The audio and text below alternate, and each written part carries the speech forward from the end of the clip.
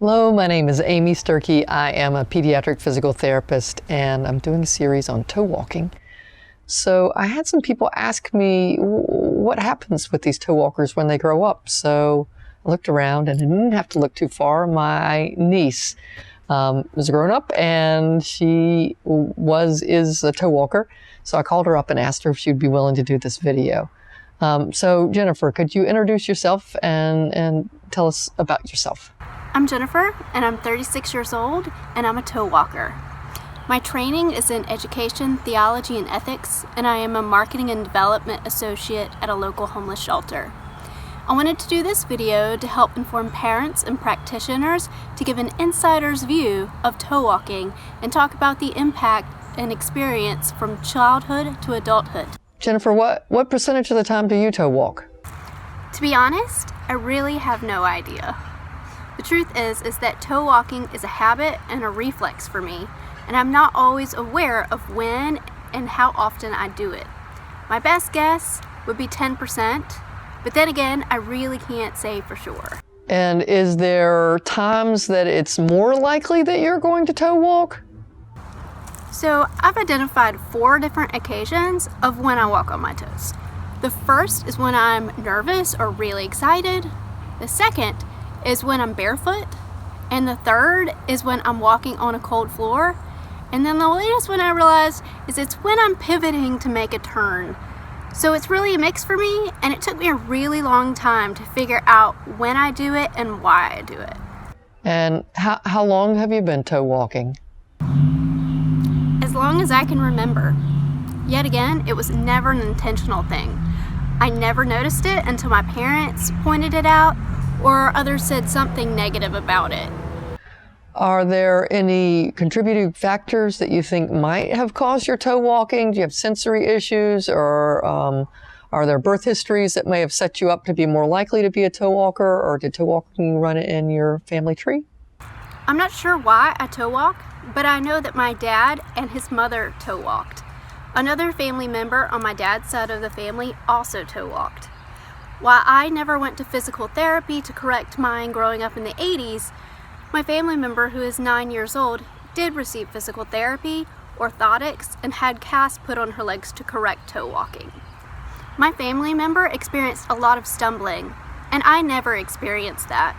I have noticed that a lot of my toe walking has a sensory component, and I was born 10 weeks premature. How do you feel that toe walking has affected you physically over time? I've approached it simply as part of who I am. That being said, I really can't deny that my feet are misshapen, and it's from toe walking. My main complaint from childhood through adulthood has been trying to find shoes that do not rub my feet because of their shape. Investing in leather shoes has solved most pain that comes from having feet that aren't shaped like everyone else's. I do have pre-existing hip problems that is likely unrelated to toe walking, but there is no doubt that toe walking can increase tension to the hip joint. Since I have a lot of work experience with those who are elderly and those who are living with the long-term effects of untreated chronic illness, I am concerned about what the impact will be when I'm older. But up until now, it really has never bothered me. Could you show us a video clip of what your typical walking looks like? What we see here is what I would call a mild toe walker. Jennifer does not demonstrate a heel-toe gait pattern. Most of the time she demonstrates a foot-flat contact of her foot when it hits the ground. With her left foot particularly, sometimes you see her toe hit first and then her heel.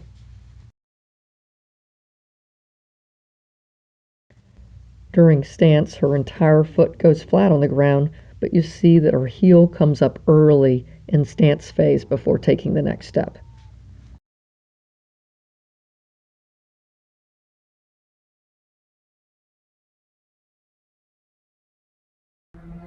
And now could you show us a video clip? I know that you said sometimes you're really up high on your toes relative to other times. Could you show us a clip of what that kind of toe walking looks like?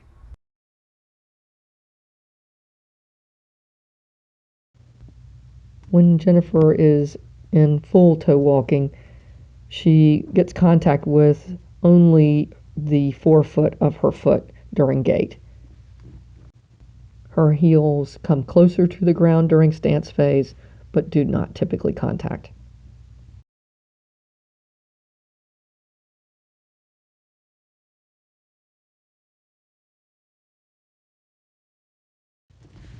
We see that sometimes with her right foot, her heel almost touches down to the ground, but typically does not.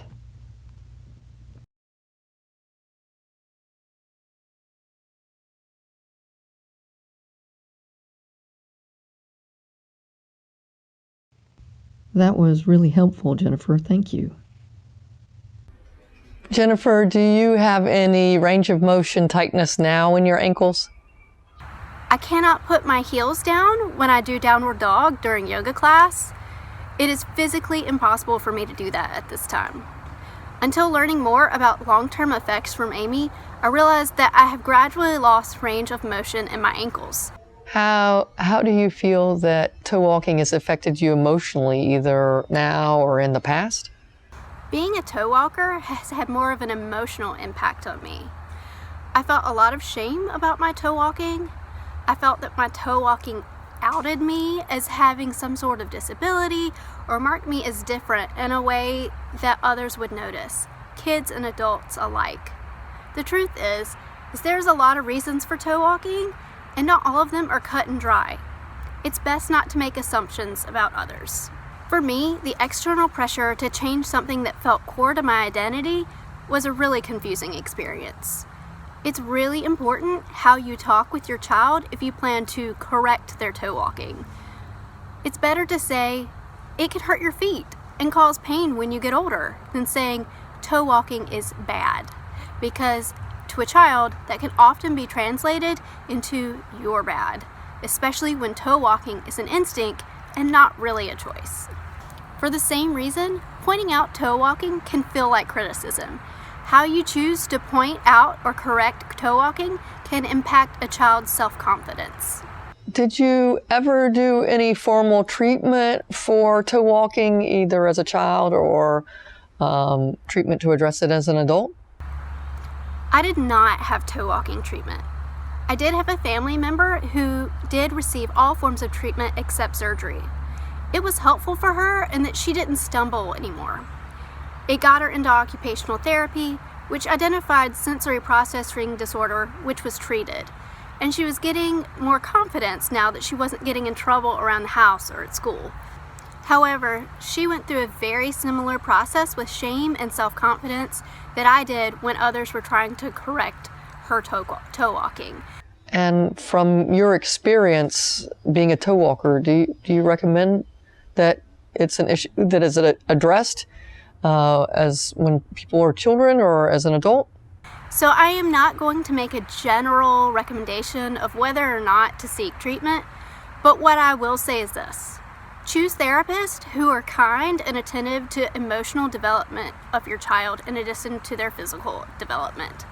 And most importantly, this is for all the parents and adults involved in helping kids become more aware of their toe walking and helping them to make really difficult changes that are almost instinctual.